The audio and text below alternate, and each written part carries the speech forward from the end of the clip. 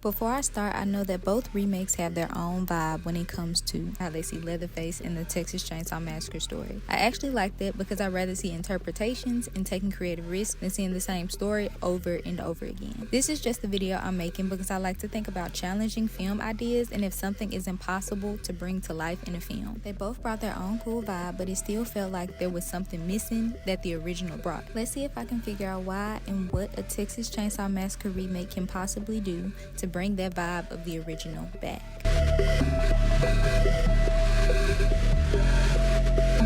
Both of the remakes for Texas Chainsaw Massacre brought out the gore, blood and guts everywhere. But why? If you remember, the original Texas Chainsaw Massacre, there was barely any blood in it. Sally had the most blood on her that we had seen throughout the entire film. So why is it that every remake brings out the gore? Well, for one, I believe it's because that's how we remember the original. You remember it being so disturbing and unbearable that it had to have a lot of blood in it, right?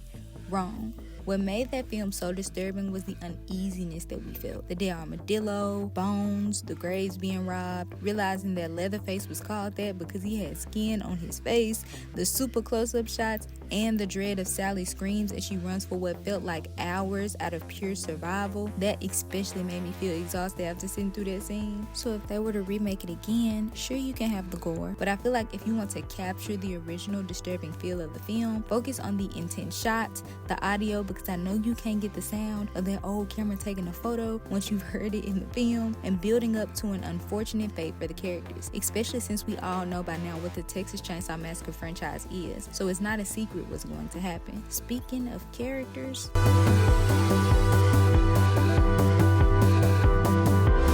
they're not, but they should feel like it. In the original, the cast, from my knowledge, weren't as known, and that's one of the things I feel made the film more real.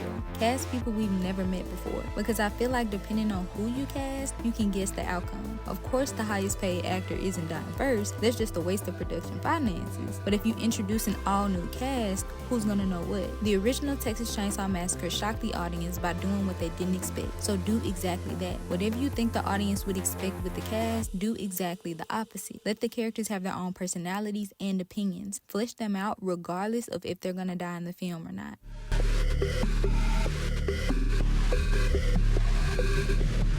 This one is self-explanatory. We don't need a backstory on Leatherface and his family. Yes, allow him to be more than a killer running around with a chainsaw, but I don't need to know how they got there. My main focus when watching a horror film is what characters will survive. I don't need to sympathize or understand how they all ended up eating people. They're eating people. That's all anyone would need to know to be scared. The story of the film shouldn't be too complex either. Yes, it's a slasher trope that they're on a trip across country and have to pass through the town, but so what? As long as the emphasis isn't on that and on being as disturbing and unsettling as possible, then I feel like it will be fine. There is nothing that can be 100% original until you put your own spin on it anyway.